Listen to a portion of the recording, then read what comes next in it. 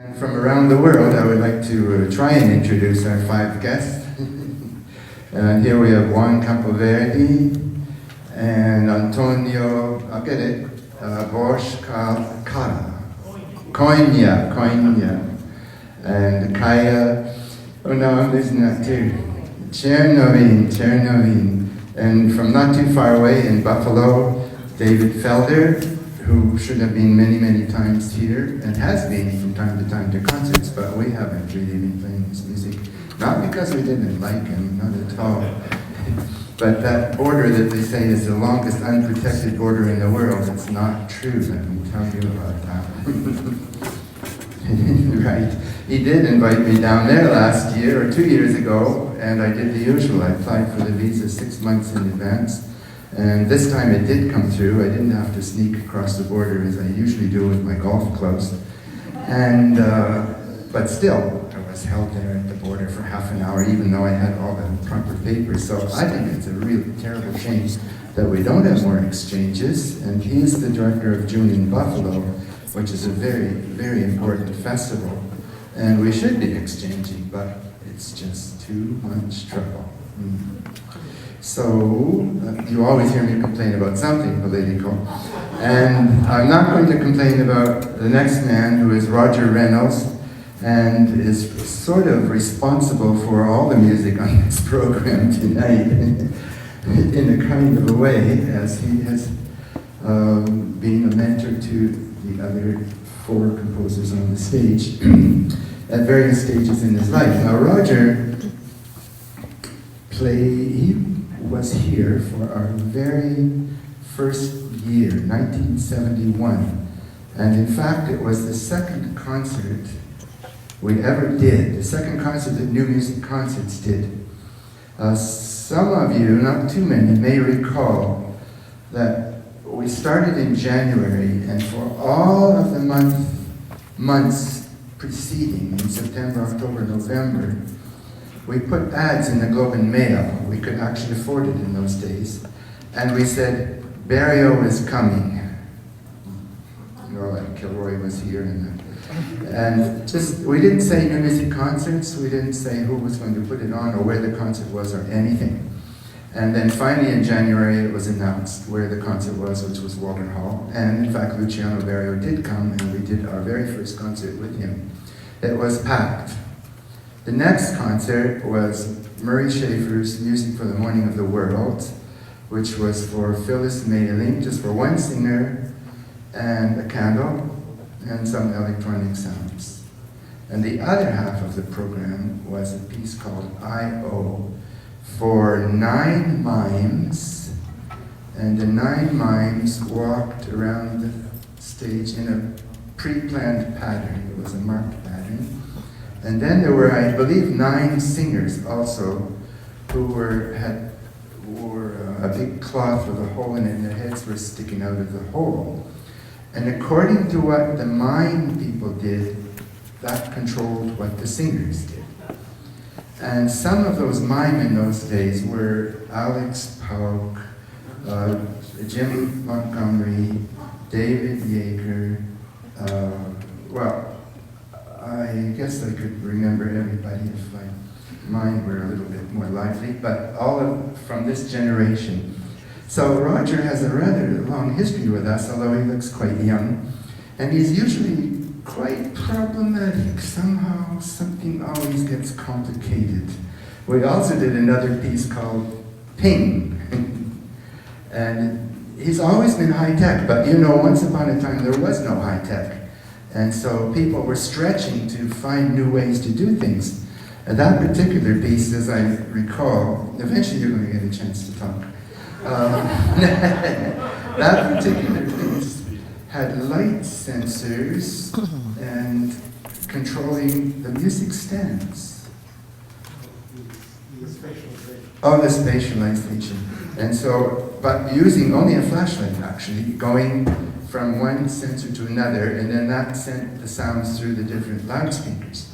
And in addition, we had a rather fabulous film of a man, very famous man. You can pick up that microphone and ad-lib.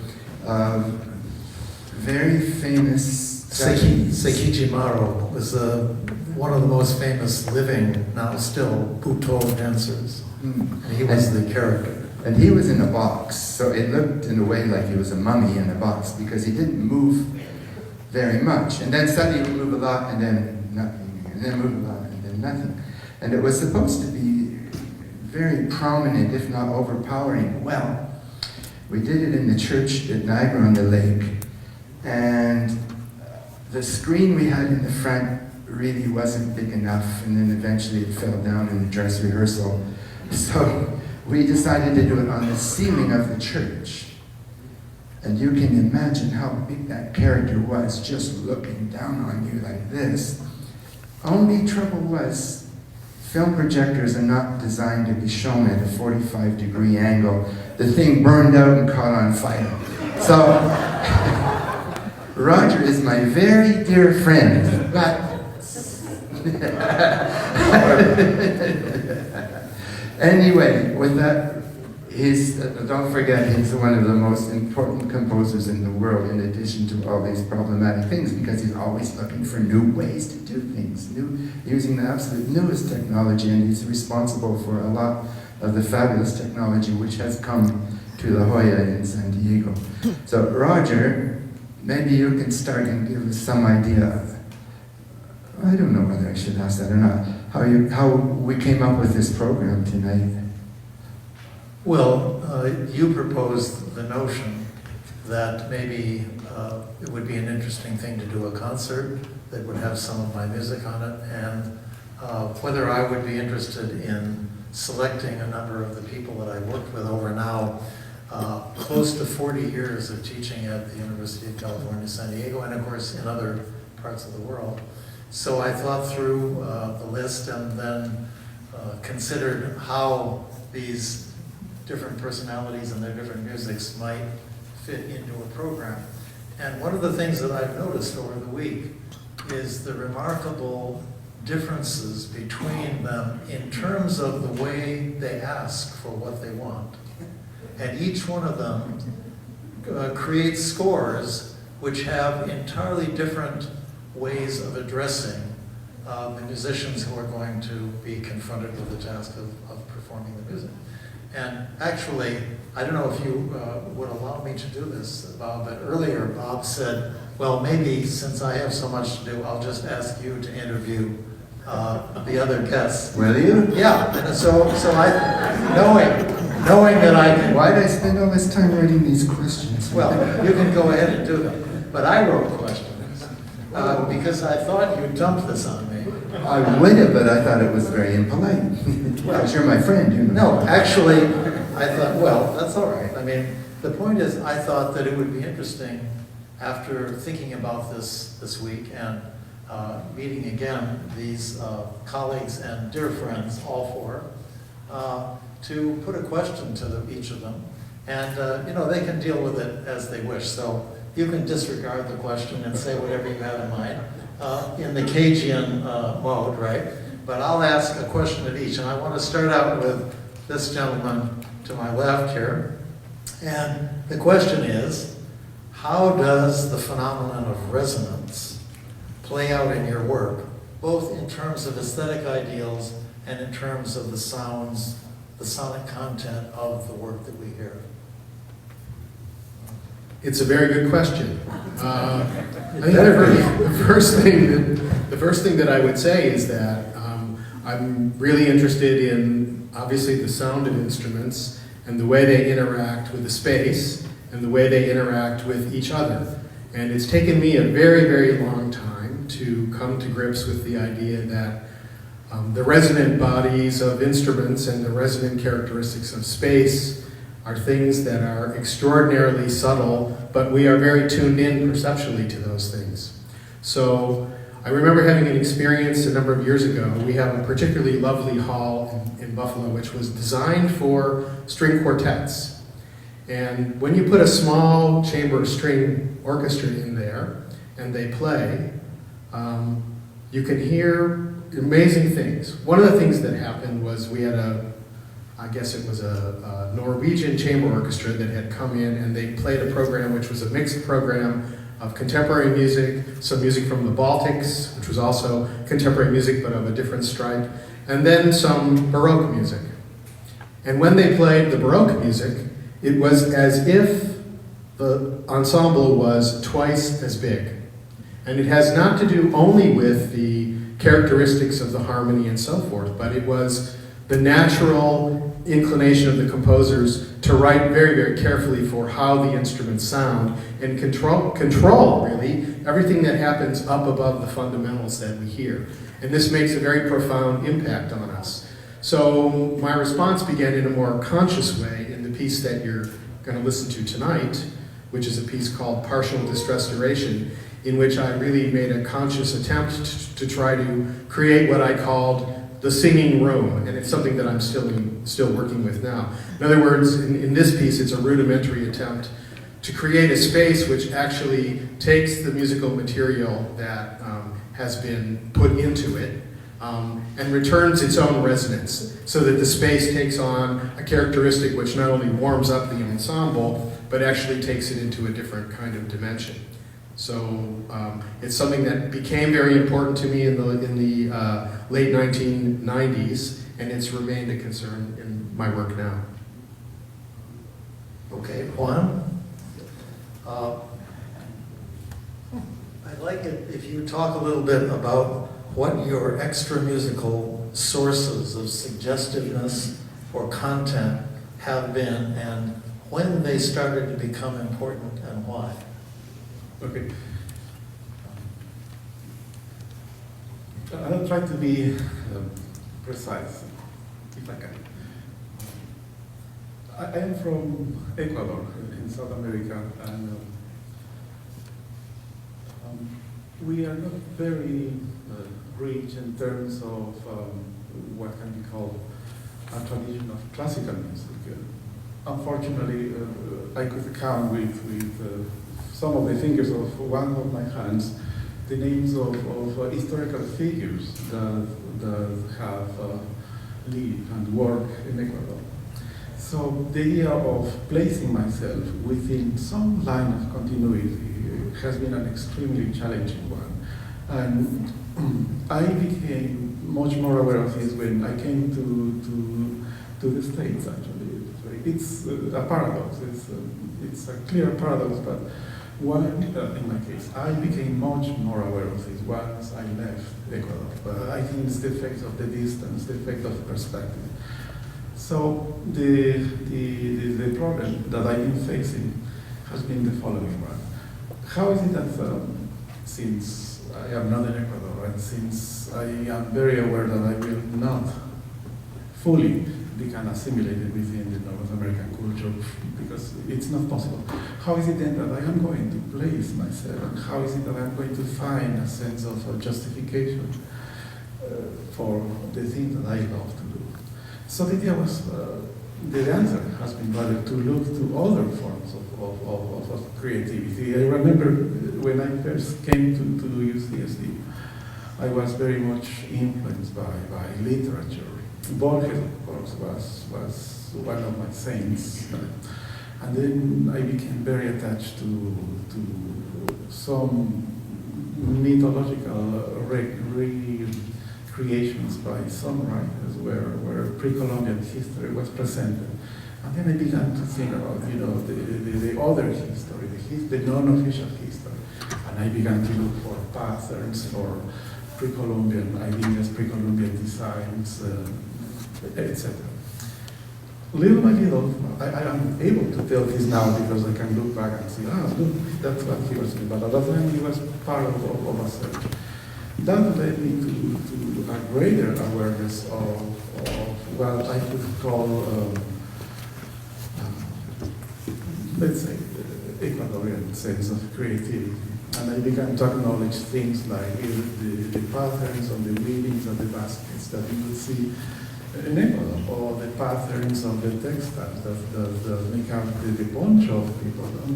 And little things became more solid. And I realized that perhaps if I look, for instance, at the work of painters or the work of poets or writers, I might find that continuity that I was unable to find in my music. So lately I've been doing that in a much more explicit way. Much more aware that I am not going to be Ecuadorian as I used to. Much more aware that I will not be North American as I am experiencing, but trying with more clarity to find that connection.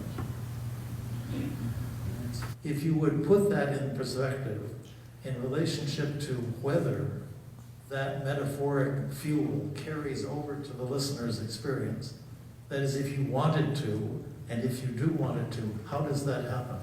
In other words, metaphor seems a wonderful way to draw on resource and bring it into some kind of creative focus.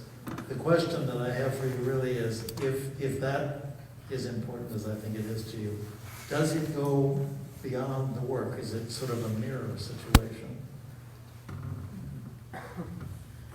How long do we have? 3 hours? I think I can manage this. Well, it's a very, very meaningful question, of course, that you are bringing up. And metaphor as a fueling or as a resource to my creative work and to a lot of other people is a necessity for me. It's something that without, many times, I wouldn't know how to begin. But when we say metaphor, it can be very misleading. So we are not talking about thinking about a picture or some kind of energy pattern or anything that we can imagine to be a metaphor, and then translating it into music. That's not exactly the idea.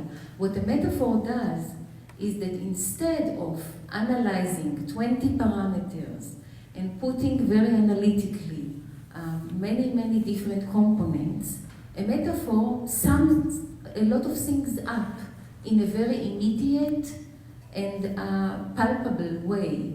So that if I say the movement of a leaf in the wind, I already am talking about a speed, I'm talking about a loudness or not loudness, I'm talking about a very special energy, I'm talking about a lot of small things that are all together brought up in this picture or in this sound image or whatever it might be. Now, that's the source. So when you get attracted by a metaphor, you will try to understand why and what are the things that actually attract you into this metaphor. Because if I will give the picture of a leaf in the wind to 20 people, each of them will find some other minute detail that is his detail that allows him or her to get near this specific metaphor.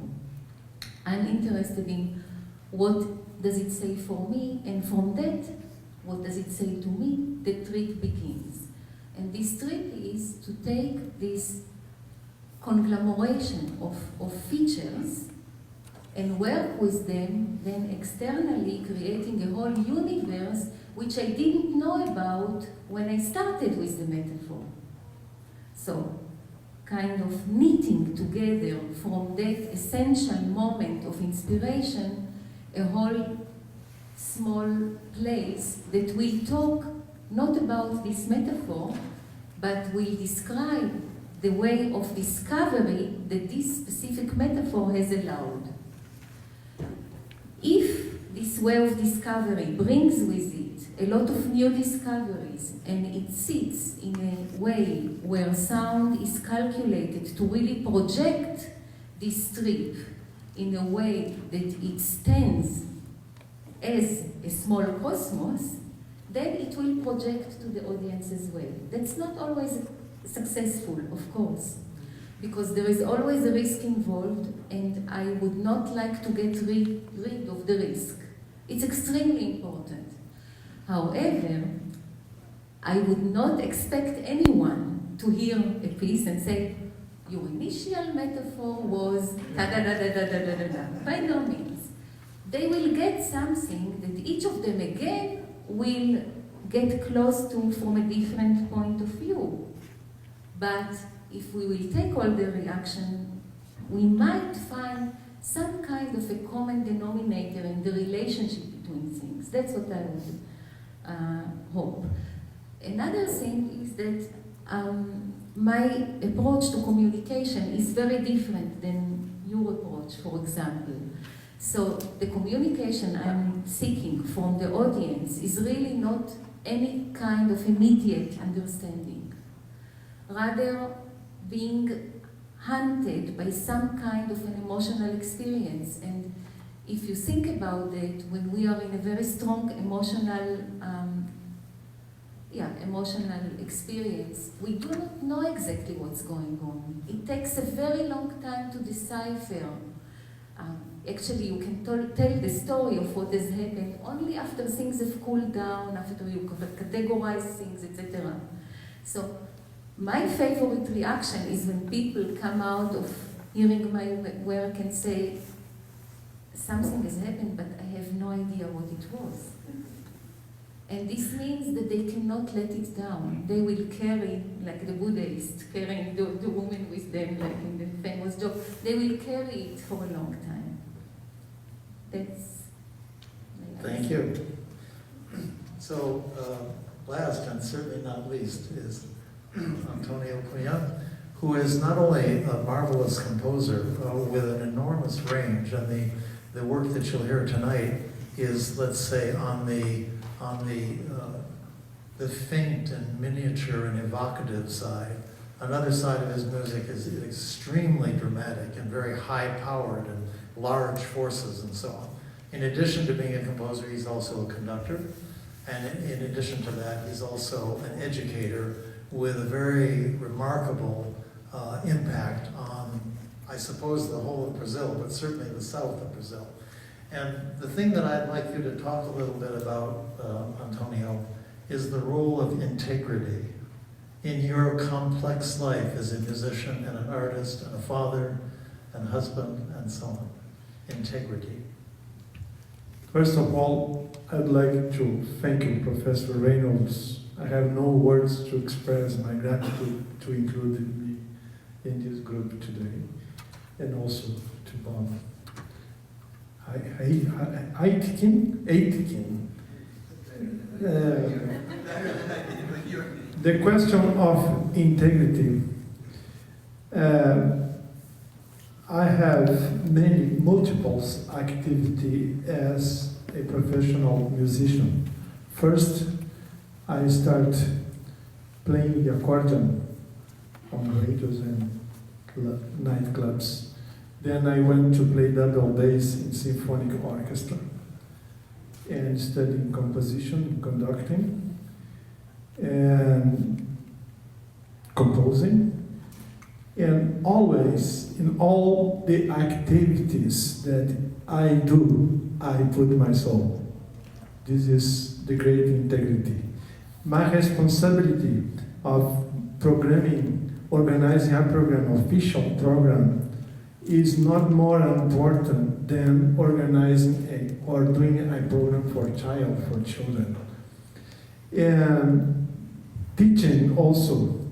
My responsibility of teaching a talent student, undergraduate or graduate, or someone that maybe has not that facility. Also, I have to be very careful with your words and maybe change your words to help these people to understand music better, to be better listener at least. And as a composer, the integrity, all the focus of my music is on the expression. And obviously, we live in a world of contradiction, of multiplicity, of distortion, of violence. And all the music that I wrote on the 8th and on the 9th, 1995 and 1998, were very violent, with some slight winds for beauty, but violence also is a beauty. And this is part of the integrity of my soul. I grew up in a farm with the nature, and you see the nature is so beautiful, but also it's very violent. It can destroy you. And I remember when I was in a farm there, my mother held my brother and crying, praying, because the weather started changing, a storm was coming. It's very dangerous. Then all this violence and the sound that I like when I was a child, that I didn't think that it was music, but I like that sound. I like the sound of the water. I like the sound of this storm, and also the animals. Also, we take care of these animals. They are friends of us. We treat them, and then we kill them to eat. It's very violent. And now, what I'm doing from 1999, we need peace. I need interior peace. We need silence. I keep doing complex, trying to do this multiplicity of sound together is part of our life. But my desire is peace. Then I'm expressing now what I'm feeling now. I'm expressing what is my desires is peace, beauty, and we need silence. So you can see and hear from the remarks that these four marvelous human beings and artists have made, what a joy it has been for me to spend the portion of my energies in life that have been spent as a mentor. It's a strange thing because there's a lot, as Bob was mentioning at the beginning, there's so much in this world that is unfortunate, and the proportion of the less fortunate aspects of the world seem to be continuously expanding and ramifying. And the other thing that is extraordinary is that when you, as all of them do, and as I do, as Bob does, when you move around the world and you meet young aspiring musicians, whether it's Beijing or Porto Alegre or Thessaloniki or Paris or wherever that is, you find this kind of spark, this kind of commitment, this kind of investment, this kind of caring, this kind of capacity. And you get up every morning in spite of all these other things and think, my God, it's a beautiful day. Maybe we don't need to say, what time is it now? And so it's so very fine what everyone has said. The only thing I would ask is if each of you had to choose one thing that Roger gave you, what would you choose? Start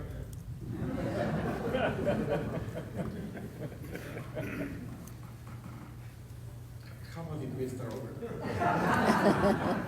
I will start. Yeah, or would you like to start? Well, first of all, the respect for the individuality and the capability of seeing and something that is not well done. The piece that I showed him, he see a lot of good ideas, but you need to organize this better. And enthusiasm, and always seeing the good things first, then criticize. It's a great thing. Always saying the good things first, not always seeing the good things first. Same. As you said earlier, sometimes you have to invert the order to have a better effect. Yeah. And also the good example of his musical imagination. As a professor in Porto Alegre for the undergraduate students, my students get very interested in Reynolds' writing, especially in his book, on form and method. Then I prohibited them to read the book. We need to listen to the music first. And I can tell that I show the variety of his compositional approach, the variety with and I don't maybe with an identity, aesthetical identity, but I show them voice space, water shadow, this video, and the symphonic music, and these pieces with combining technology and acoustic instrument, and then they get ready to read the book. And Roger said, I have no methods, I have ways that maybe is good for me, but it's not good for you. And we start then studying Roger Reynolds music in this seminar. At the beginning, they don't know so much what to say, because it's also a academic training. But now we improve a lot on this. And I think that there is this human aspect of Roger Reynolds, and there is his artistic work, and he is always is looking ahead to find new ways always, all the time. The new ways is, for me, is the message. Look for new ways. As a teacher of composition myself to advanced students, for now, very close to 30 years. I know I look much younger than that, but for now, near 30 years. The first thing that I learned, partly in retrospect from my time with Roger, was a kind of reiteration of the Hippocratic Oath, which is first, do no harm. This is very important because having seen many, many very famous composers / teachers, many teachers need to have this imprinted on their forehead. The second thing, which I would say was characteristic of Roger's teaching and friendship over many, many years, is the right thing at the right time. This is something that we hope for as composers in our music, and we're very sensitized to this in our own work. But as teachers, it's not a question of dispensing information, because it's far more subtle. The teaching, the training, the inspiring of a young composer and artist to find a path that is his or her own. And Roger was very sensitive and continues to be very sensitive to what the appropriate role is at any given moment. And this is an art. It's not something that can be learned.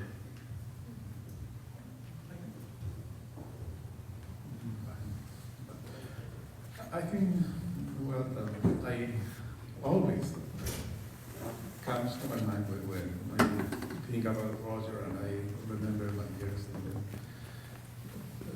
with our meetings, is the man, the confluence of an amazingly strong creative mind, an amazing generous heart, and an amazing way of seeing ourselves and our environment in such a way that what feeds my creativity comes from so many ways and in so many fashions. The realization that what we do actually transpires the way how we think about ourselves and about our place. I find that, as I said, as a constant when I think about my experience with Roger. I would like to talk about two sides. As a composer, what Roger gave me, I think, asked for one thing, so I've chosen one thing. It would be to treat my creative imagination extremely seriously, which is something that you do, to take intuition as a science. That's something that you taught extremely pertinently. And it's very, very hard for creative people sometimes to take their intuition seriously and to take their creative forces seriously, because it's just all these things in the air. As a teacher, two things that I would like to mention. One is Roger's transparent fingerprints. You will hear a small sampling of very, very different musics that came from his tutelage, and you will not recognize a guiding hand because he knew how to keep his ego out of the creative space in the classroom. That's the second thing that I would like to mention, which is having come into his room to take a lesson, you knew that this hour that you are getting is an hour dedicated to this piece of paper you put on the table, which is your score. And nothing comes in between. It's extremely clean, it's extremely, the distance and the closeness are just in the right amount to enable a really strong, focused, and very fruitful engagement with what is sitting on the table and what it would bring as music. So thank you so much.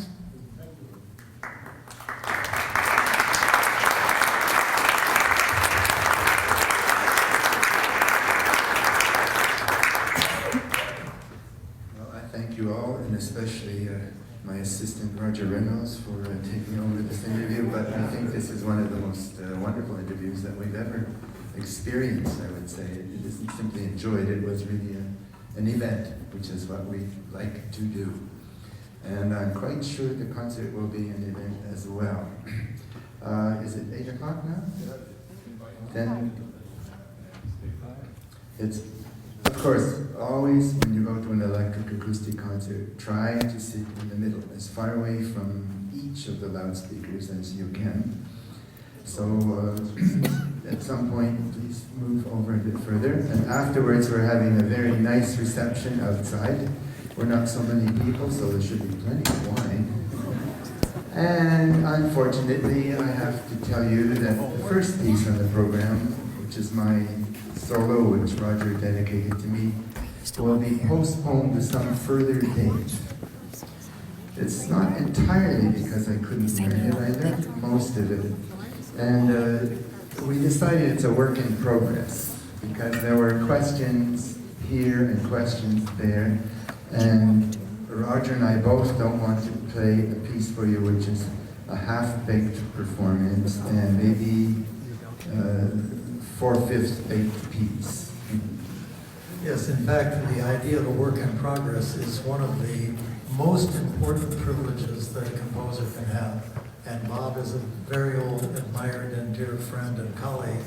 And what I had hoped was that our lives would allow us the space to get together a few months in advance of this event, work through it, etc., etc. But that was not to be. So perhaps it will be another time. Sure.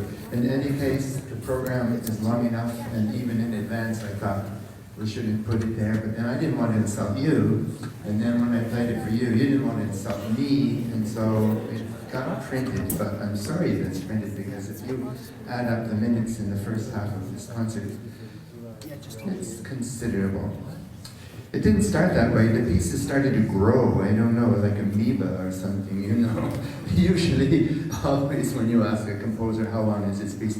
Oh, it's only about 8 minutes, 9 minutes. And then you play it 16 minutes. And we had a little bit of that also here. Anyway, I'm looking forward to this concert, and I hope you people are too, and I hope we have no surprises. Thank you all.